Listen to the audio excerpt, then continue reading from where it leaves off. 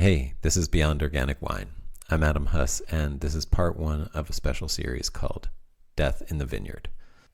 I'm calling part one Sympathy for Voldemort.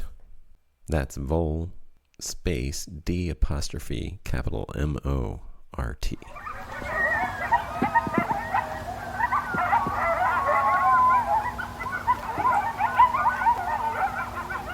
For the last 8 months, I've been working and living at a unique vineyard. This vineyard is certified organic and has been farmed passionately according to holistic and regenerative principles since the first vines were planted in 2017.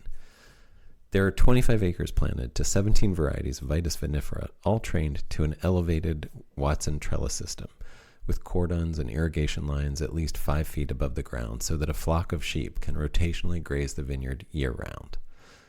This design is unique. And it shocks me, actually, how unique this vineyard design is, given how beneficial it is. But what might be more remarkable about this vineyard is that it has the rare goal of attempting to use viticulture to serve and improve the health of the ecosystem, rather than seeing the ecosystem as a resource from which to extract value in the form of grapes. It's important for me that you understand what a gem of a vineyard this is, and the love and regenerative values with which it has been established and managed. Because the reason I've created this special series is because of something that happened this year, something so devastating it has changed the way I think about viticulture and raised questions to which I'm still trying to find answers. And it all began with a little furry critter, not much bigger than a mouse. Yes, so voles overall are Microtus. That's the genus. There's lots of different species of Microtus, but Microtus, and it stands for, it's Microtus, and the word breaks down into micro and otis, which micro means small and otis means ear. And if you ever look at a picture of a vole, they have these chunky, robust bodies. They're not like the typical mouse image most people have in their head. So the typical mouse image is scrawny neck, big ears, long tail. Voles are chunky bodies, just one big bloop. And their ears are often barely visible. They're cute, almost teddy bearish. Let me introduce. Great, thank you. So I'm Dr. Danielle Lee. Online, I usually just go by my initials, so DN Lee. So I am a mammologist, and I study the behavior and natural history of nuisance rodents. And in case you missed that, Just one big bloop, bloop. let me also introduce Professor Karen Bales. I think voles are super, super cute. They are much more elegant than a mouse. So they have the little tiny ears and the little tiny tail. They are also really, really very kind to each other, to their mates, to their partners, and they do not like humans. So, I also probably would try to bite someone who picked me up. Aww. Well, if these two scientists telling you about the teddy bear cuteness of these creatures isn't enough to help you appreciate them, I don't know what is. But if you don't appreciate them, there might be a really good reason for that. As far as, living with them, I don't know. I feel it's hard for me to tell a farmer who's losing crops to voles to think about how cute they are, but they are. Wait, what was that? Did she say about losing crops? So I'm doing a tally of the vines in the vineyard that have been affected by voles, walking every row with clickers, one in each hand. My left hand are what I call "it will be a miracle if they survive" clicker, and in the right hand is the dead clicker. I just did 3 rows, and I would say, well, the numbers are 204 miracle if they survive, 38 dead. It's honestly an exception to find a healthy plant in these 3 rows, and this is just a small sample. As I'm walking, I'm seeing voles still darting into holes beside the vines. Girdling. The miracle, if they survive plants, have girdling that's visible, often above a 12 inch plus protector at the base of the vine. So they've gotten in under that protector, crawled up inside it, girdled all the way up above it, often 18 inches to 2 feet up the vine trunk. It's pretty devastating. And I've been looking at this for long enough that I guess the emotional impact has subsided, but when this first started happening, I was just taking photos upon photos because I just couldn't believe it's one of those things. If you haven't seen a vole infestation in a vineyard and the devastation that can be wrought, it's kind of hard to believe. It's kind of hard to wrap your mind around. But yeah, imagine a trunk that comes down from the top. If you look at the top, it might look green, and then as you go down, you have maybe like an inch thick trunk that then tapers to a half inch for the last 18 inches where it grafts into the rootstock and even on the rootstock. And what you see is just the exposed white core of the vine, like a chewed off pencil.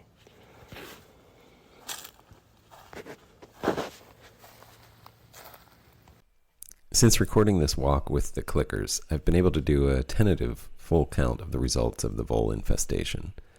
There are some unknowns, of course, but it looks possible that we've lost about half the vineyard. Some 50 to 90% or more of the younger vines, depending on the variety of grape, have been killed. And it's not variety dependent. It just sort of seems like positioning in the vineyard and sometimes luck that has caused them to survive, if they survived. Please let that sink in for a moment. From a business standpoint, that's catastrophic. Emotionally, it's kind of apocalyptic. I'm still coming to grips with the reality that we might have lost 12 acres of the vineyard that I spent the year caring for. I think those of us who have been working here this year are a bit in shock. You may be wondering how this could happen. Why didn't we see this coming and take action? Why weren't we prepared for this? We began to see the voles run around in the cover crops in late winter, but it wasn't until May, when everything but the vines and a few perennial natives died or became brown and dormant, that we began to notice girdling on a few vines. This was the first warning, and we immediately began to research and take action. But there were several factors working against us, the first of which was the remarkable evolutionary advantages of the life cycle of voles themselves. That is one of the trademarks of these species. Like, it's remarkable. They can simultaneously nurse and gestate. So she's pregnant. So pregnancy is 3 weeks, and the time to weaning is 3 weeks. So literally every 3 weeks. So on the day she gives birth, she mates again that day. Wow. Okay. And then that explains that. That explains a. So she has babies every 3 weeks. And the young mature quite quickly. So sexual maturity can happen as early as 4 to 6 weeks. Wow. So that's just super exponential growth in that population. Yes. They are a classic. They are a classic example. In other words, if you see a vole in your vineyard or orchard, it's safe to assume you have thousands. But voles aren't remarkable only for exponential population growth. Another aspect of their evolutionary adaptation as a species is that they only explode their populations erratically. Without close connection with and attunement to the natural cycles of the land and the weather and other conditions that make a vole cycle favorable, they are unpredictable. Years can go by while vole populations remain so small that they are virtually undetectable in a landscape. And then one year, when conditions are right, boom, they explode their populations and ravage landscapes. So they do regularly boom and bust. That is part of their natural history. Yeah. Now, can we predict it like it's going to happen every 3 years for sure? Absolutely not. The thing is, in past years, because of a confluence of abiotic factors and biotic factors, in other words, things like the weather, the climate, depending on what's happening, how humans have developed the land, like if there's been a lot of development or lack of development, all those things contribute to whether the populations get to kind of keep growing and growing or whether they suffer a setback. The perfect storm of low predators, low from a human development point of view, just not paying attention, either leaving space alone or not doing anything with it, not building, just letting things kind of grow on their own, low predators, good weather, lots of rain, vegetation growing well. That's a perfect storm of a good boom year for voles. They boom, and then what happens after that? It takes a while, but then the predator populations catch up. Then all of a sudden, the predator populations, because there's so many mice out there, now it's good eating for all the foxes and the skunks and the raccoons and the hawks and the snakes and the weasels and the martins, all the things that eat them. Now all of a sudden they're getting full bellies too. And what you're going to see happen next is now the predator populations are going to increase. They're going to lag behind, but they had there's going to be a bounty for them too. And now with so many predators, even with the voles still having all these babies, it's so many predator mouths to feed. Now they're going to get picked off. So then their populations are going to go down and crash. And then the predator population is going to follow suit too. Right. So it's just, there's a lag there. So it's just a lag. And in that lag, us farmers can lose a lot of crops. As it turned out, this year was the perfect storm of conditions at Piscinus Ranch. Several years of extreme drought had reduced predator populations leading up to the last 2 winters, one of which was one of the wettest winters in recent California history. These were the natural conditions. One of the human conditions was that no one working at Piscinus Ranch had any experience with voles, in part because of the voles' unique adaptation of acyclic population explosions, and in part by chance. As I began to learn about this, it led to 2 profound realizations that have begun to shape the core of my thinking about regenerative agriculture. The first realization is that we absolutely need healthy farming communities. As much as we are in the pioneering days of regenerative agriculture, there is no going this alone. We need the wisdom of a diversity of farmers from many different contexts with many years of accumulated experience to guide and advise us all. We cannot know everything, and we cannot prepare for problems that we've never experienced unless someone else tips us off. That is the fundamental reason I do this podcast. I've begun to see that we cannot think about healthy soil and regenerative agriculture without a focus on healthy community building. They are synonymous, and I'm convinced that to try to do one without the other will lead to our ruin. This leads to a discussion of worker treatment and living wages, and the fact that most vineyard workers can't afford to live in wine country in California and elsewhere where regenerative viticulture is being practiced. How can we talk about regenerative agriculture without talking about inclusion and quality of life as a priority over profits? Of course we need to balance profits, and there are some huge questions about how we achieve the things necessary for a healthy community within a national context in the U.S. of industrial corporatism, subsidization of terrible farming, and a perspective that sees land and humans as resources to exploit for material gain of a few. These are issues that we cannot avoid, I think, if we're going to throw around the word regenerative. The second realization that smacked me upside the head as I began to observe and study voles is that we have a lot of misplaced idealism in regenerative agriculture around the word balance. Balance is this ideal, this idol we hold up again and again as the answer to all of our farming problems. If we just let nature find its natural balance, we will achieve farming nirvana. Lacewings will eat sharpshooters, ladybugs will eat mites, fungi will eat nematodes, bacteria will eat fungi, turkeys will eat grasshoppers, ducks will eat slugs, coyotes will eat squirrels, and owls will eat voles. The beautiful soil food web and cycle of life heals all. And there is a lot of truth to this. To be fair, it actually is a good idea to create owl and other raptor and bat habitat, as well as habitat for pollinators and other insects to enhance biodiversity and foster habitat for all lives. And these relationships are often very beneficial for our cash crops and make our jobs as wine farmers much easier. Often, that is, but not always. Because what the voles showed me is that imbalance is also a natural survival strategy. Voles have adapted to exploit the niche of imbalance in the ecosystem. They flood the landscape, ensuring their survival in the long term before the predators have a chance to catch up. Imbalance is part of nature's balance, and this is a reality that I think we need to expand our regenerative ideals to include. Of course, imbalance may just be balance when viewed in a longer time frame than our annual production cycle. Nature's balance may be something measured in decades, centuries, and even millennia, not in our time scale as farmers. In the case of voles, the balance that nature finds gives enough time for the voles to destroy an entire vineyard or orchard and wine business. As impactful as these realizations were, it was the next realization that I think shatters our tidy notions about the fundamentals of regenerative agriculture.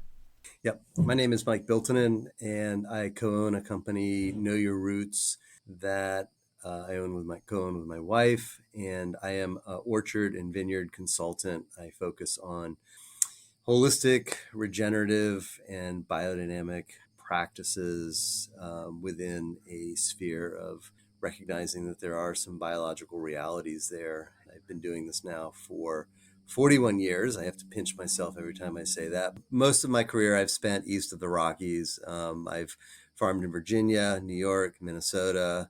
I spent a very brief time in Vermont. And I spent 1 year in Northern California. But apart from that, pretty much everything I do is what we would generally recognize as the Northeast. I live in central New York, just outside of Ithaca, New York, in the Finger Lakes region. I've seen vole damage everywhere, but I also know that it predominates in places with where orchards and vineyards have certain types of characteristics at ground level. They don't get up into the tree, that's for sure. So it's all what's happening at the soil level, slightly above and slightly below. So I think that there's some that are very attractive. So I think some of the leguminous, the very high nitrogenous plants, and ones that give the voles lots of cover, are ones that you want to avoid. One that really comes to mind, like right off the bat, is hairy veg. It's a very vigorous plant. It's a legume. It's a very rich nutritional plant. And, of course, why wouldn't it be attractive to voles or anything else that wants to eat it? Dr. Danielle Lee again. So out here in the Midwest, they will clip. They love legumes. So like places like I know a good place to find voles if I see a lot of knee-high clover. Okay. So like nice browsy grass with the more round stem grass instead of the flat blade grass, if that makes sense. Sure. Yeah, definitely. So they love those forbs. They'll kind of nosh on those, chew on those. They're going to eat a lot of the tender roots as well of plants. They'll eat protein wise, if they come across a nice juicy grub, they'll gobble it. So stuff and they love grains. So grains as well. Grains are like candy if you think of it like that. What you're hearing these two experts say is that thick, healthy cover crops that we tend to prefer in regenerative agriculture are what voles love. Please consider this with me. If you aren't familiar with the principles of regenerative agriculture, here they are. Number 1, minimize soil disturbance. That means don't till if possible. Number 2, keep the soil surface covered. Number 3, keep living roots in the soil. Number 4, enhance diversity and grow a diversity of crops. And number 5, integrate grazing animals. As I observed and studied voles and sought ways to stop the devastation they were causing in the vineyard, a few things happened in quick succession. I first noticed that they lived in and traveled under the thick understory of cover crops in the vineyard. They took refuge in shallow holes and tunnel systems in the vine rows and alleys. As a vineyard practicing regenerative viticulture, in fact, as the vineyard designed specifically to be farmed regeneratively, as the go-first farm that would set the example for the world about how to integrate animals in viticulture and use regenerative viticulture to restore and enhance ecosystem health, Piscinus Ranch is strictly no-till, no-mow. No-mow because the cover crops are food for our secondary cash crop of sheep. But by growing and not mowing cover crops and practicing no-till, we provided habitat and then didn't disturb it, creating the perfect safe haven for voles. What I'm trying to tell you is that every single one of the regenerative principles, except animal integration, creates the perfect conditions for your vineyard to be destroyed by voles. In fact, the primary way of controlling voles and discouraging them in your vineyard or orchard is by removing their habitat and disrupting their homes. That is, by keeping the grass very short, much shorter than what is considered healthy for regenerative grazing and much shorter than would allow much of a meal for a sheep, and by tilling and disking. The modern implementation of regenerative agriculture is very new. Not only are we still struggling to define it, but we're at the beginning of understanding how these principles are best applied across the many very different contexts of farming lands around the world. We're at the beginning of understanding our ecosystems and how they work. Isn't it naive to think that the same practices and principles will work everywhere? As the regenerative movement grows, this issue won't go away. It will grow. People who are transitioning to regenerative organic agriculture for all the right reasons are going to face problems that may not only discourage them, but may stop them from continuing down the path at all. In my thinking, this is a problem we urgently need to solve. Here's one example. I'm Andrew Backlund. I'm the production manager, winemaker at Medallis Wines. We're in Fenville, Michigan. Yeah, so about 4 years ago, we stopped using herbicide. Planting was never a problem. We'd never have problems with rodents or anything like that because everything was dead. Like it was completely dead. And now that we stopped using Roundup, like we're hand hoeing around things, we're shoveling, but you can't always do enough. Like it's alive. There's things happening, and now we're realizing that voles, gophers, ground squirrels are definitely a part of what's living. So just trying to live with that that dynamic. And yeah, we've had a good 25% vine loss to it, and it's just trying to figure out like what is this new dynamic, like how do we work within the system. And just like any kind of regenerative farming, it's just been a transition in thinking, like what does a good looking vineyard look like? I don't know. It's kind of a total rethinking of what a good looking vineyard looks like and what your perception of loss looks like. I really appreciate Andrew's question. What is our perception of loss? Voles have left me staggering in the face of the questions they've raised. How do we farm responsibly in such a complex system? How can we begin to attempt to participate in such an unpredictable system with a need to have reliable results and profits? What are the costs of farming righteously, and can any but the uber wealthy afford to farm this way? There's something that Shelby Perkins says on her website, perkinsharder.com, that got my attention early on in this vole infestation at Piscinus Ranch. She says, quote, "We till to control young vine competition and to control rodents after losing a third of our plantings to voles in 2020. While no-till would be wonderful to keep additional CO2 in the ground, we believe that it is very difficult to discuss vineyard philosophy without grapevines." End quote. Folks, I should tell you now, there isn't a happy ending to the story. These questions remain unanswered, and I haven't begun to ask even some of the biggest ones of all. Voldemort is not a great villain because he represents the opposite of all of our regenerative values. He's our greatest villain because he shows us the limits of our values and makes us realize we don't have easy choices in this life, and that we will, in some instances, need to compromise and even sacrifice the things that we hold most dear if we want to survive. And that's a terrible truth. But we will never be able to make progress, to move forward toward real solutions, if we don't confront these truths, if we don't ask these questions. Yeah, so I'm Erin Mason, and I'm Topless Creek's regenerative specialist in the Paso Robles AVA in the Central Coast of California. It's like funny that neither one of us has sort of brought up, I mean, we've like touched on it, but just the idea of no-till in these systems and how important is it? And like, can you also, like, when you have, like, if you're farming in a particular way, right, and you're farming for soil health and you have really great soil health and soil structure and the functionality of your soil is great, like, how long does it take to build back if you till? Like, is tilling on a periodic basis in order to manage some of this habitat, how detrimental is it to what you've built? You don't build your soil health and your soil functions in a year, right? It takes time to increase organic matter in the soil. It takes time to really, focus on your cycles, your nutrient cycles and your water cycle and all that. So like, does one season of tilling destroy all that? And I think that that's like, so much of the conversation around regenerative agriculture and specifically regenerative viticulture, is all about like the practices. It's the practice, and it frankly drives me insane because there's so many things that could be considered regenerative practice, and it's so dependent on your system and your values and what you're trying to achieve, and so many different things. And yeah, it's like we're getting really bogged down in the practice because everybody, and I don't know why. I don't want to presume to know why we're so focused on the practice, other than like basic human nature to need to like define.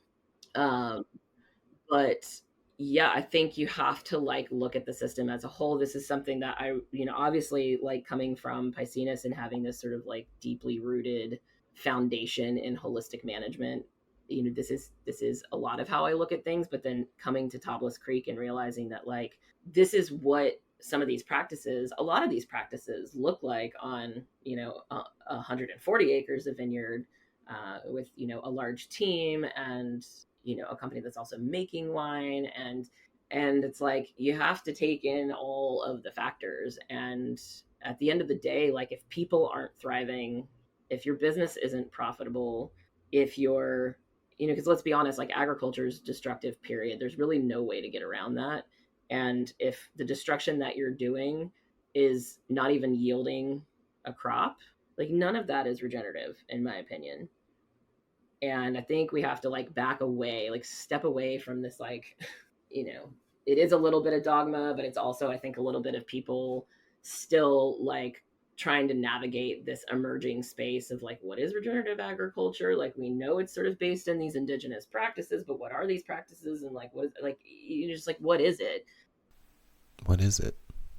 Yeah. And I love that. I love when you approached me about doing this because it was funny.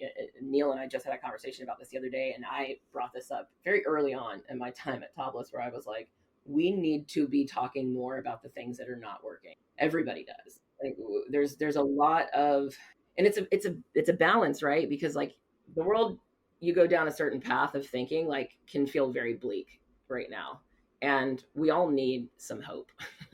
And I think hearing a lot of the success and how regenerative agriculture is working, I think has been really important in catapulting this movement. But there's a point at which we're hearing a lot about successes and practices and how they work in very like isolated trials or areas. But a lot of people are afraid to talk about like what they're doing wrong or the mistakes that they've made or what's working or what's not working. I mean, like people are like, oh, should we say that we're telling or not? I don't know. Like it's, and I'm not necessarily saying that like that's that's how it's happening at my current place of employment, but in general, I think we're not really talking about the failures, and we need to talk about the failures. We need to talk about what's not working, because otherwise we're kind of operating solely in ideals and theory.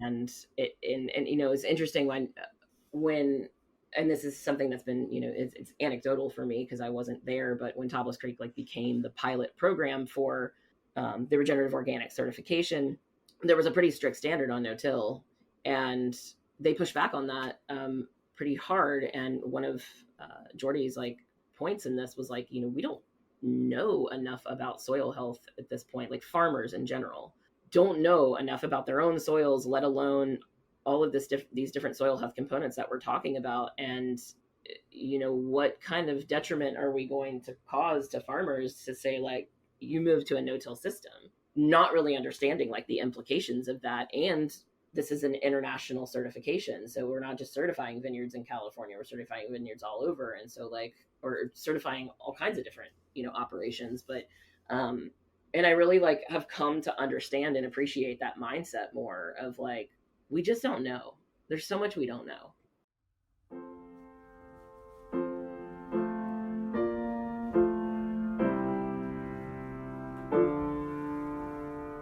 Now, I've talked about the destruction of these voles, and I've given them a cute little villain name of Voldemort, and made them out to be the nemesis and possible cause of the downfall of regenerative agriculture.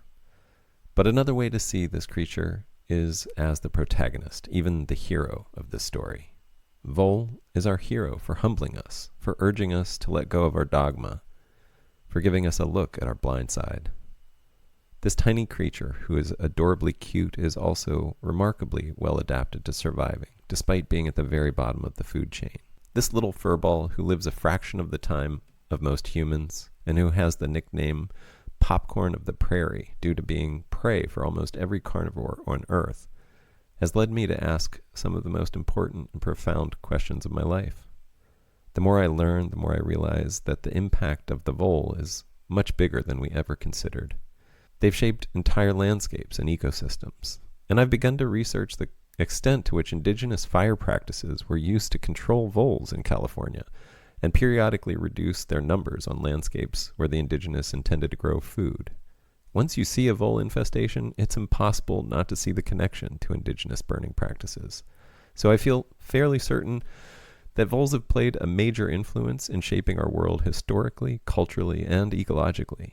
If you need inspiration, if you need some hope that a small, helpless, vulnerable, weak being can change the world, and if you want an example of how tiny individual efforts and small daily choices, when added together with other like-minded beings, can shape the destiny of a civilization, Vole is your poster child.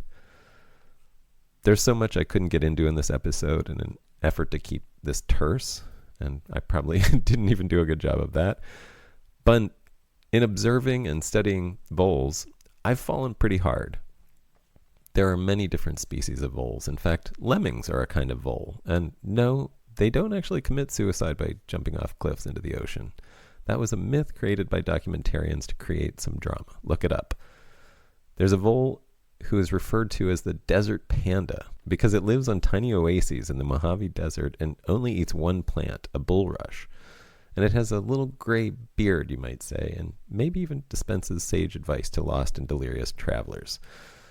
And is named the Amargosa vole. And did you know that the prairie vole is one of less than 3% of mammals on Earth who are monogamous and bond with their mates for life? They are loyal and caring and share parental responsibilities.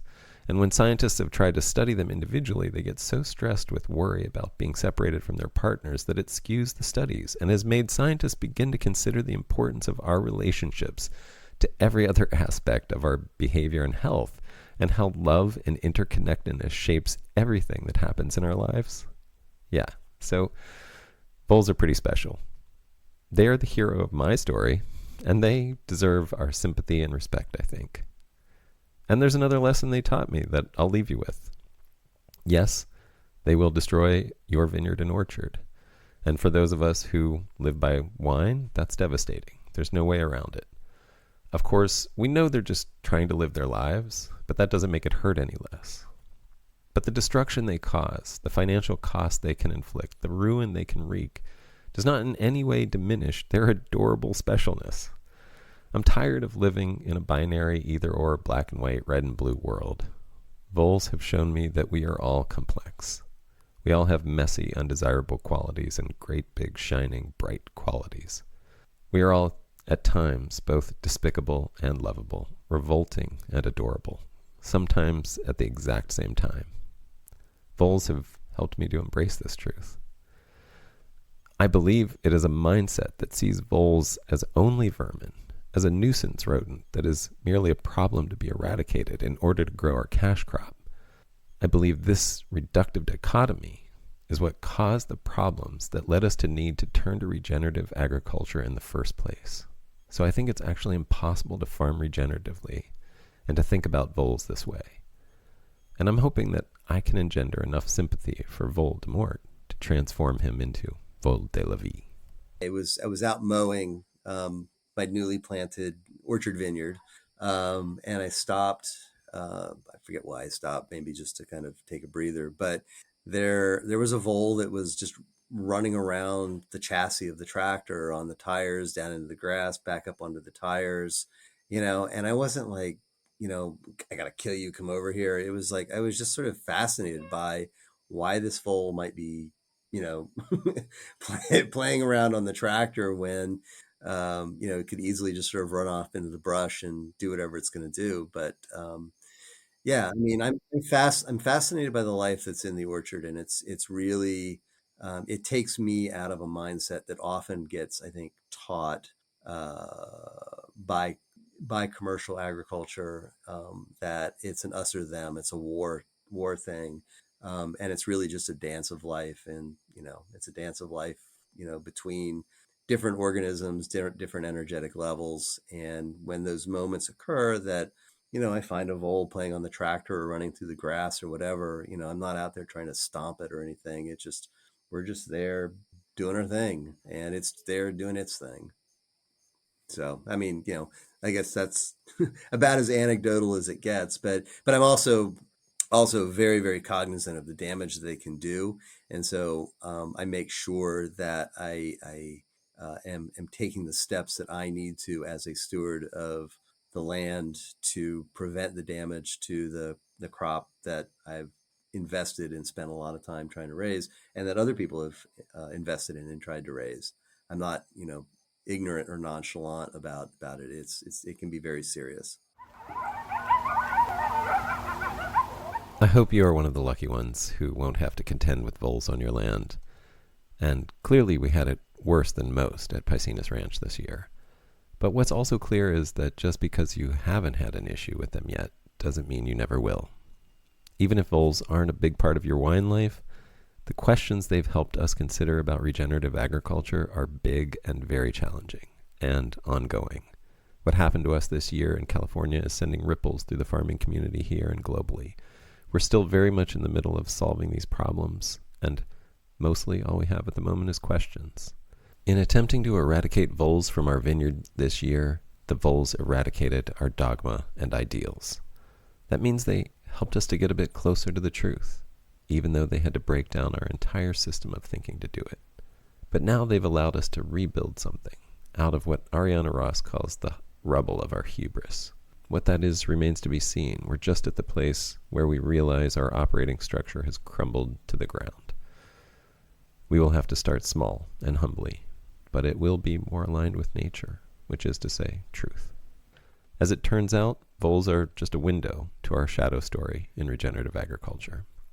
Voles are one of several creatures who cause regular, significant loss and toward which vineyards expend enormous amounts of resources in order to manage or control, or other euphemisms we use to draw a curtain in front of our shadow. In the next episode, I'm going to present detailed and practical as well as theoretical and philosophical management solutions for these creatures. And in the final episode, I'm going to explore our shadow in depth. I'm going into the darkness of regenerative agriculture with a torch, and I will not shy away from holding a light up to any and every ugly thing I find there.